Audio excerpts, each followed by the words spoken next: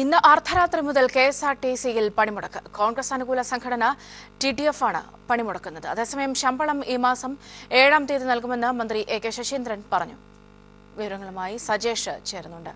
സജേഷ്, വിശദാംശങ്ങൾ.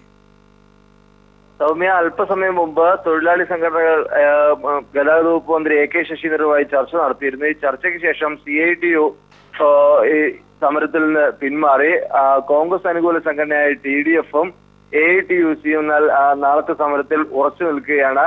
7-ാം തീയതി ശമ്പളം 100% നൽകുമെന്ന് മന്ത്രി ഈ ചർച്ചയിൽ ഉറപ്പ് നൽകിയിരുന്നു. അതിന്റെ അടിസ്ഥാനത്തിലാണ് CITU പിന്മാറിയത്. അതോടൊപ്പം തന്നെ പെൻഷൻ കുടിശ്ശിക 2 മാസത്താണ് ഇപ്പോൾ ബാക്കിയുള്ളത്. അതിൽ 1 മാസത്തെ പെൻഷൻ കുടിശ്ശിക ഇന്ന് തന്നെ വിതരണം ചെയ്യുമെന്നും മന്ത്രി തൊഴിലാളി സംഘടനകൾക്ക് ഉറപ്പ് നൽകി. എന്നാൽ സമരത്തിൽ ഉറച്ചു നിൽക്കാൻ കോൺഗ്രസ് അനുകൂല സംഘടനയായിട്ടുള്ള TDF-ഉം AITUC-യും തീരുമാനിക്കുകയായിരുന്നു. ഇന്ന് അർദ്ധരാത്രി മുതൽ നാളെ അർദ്ധരാത്രി വരെ 24 മണിക്കൂർ സമരമാണ് ഇപ്പോൾ 2 തൊഴിലാളി സംഘടനകളും തീരുമാനിച്ചിട്ടുള്ളത്. സമരവുമായി മുന്നോട്ട് പോകാൻ ചർച്ചയ്ക്ക് ശേഷം ഇവർ നടത്തിയിട്ടുള്ള ഇവരുടെ യോഗത്തിലും തീരുമാനമായിട്ടുണ്ട്. സൗമ്യ.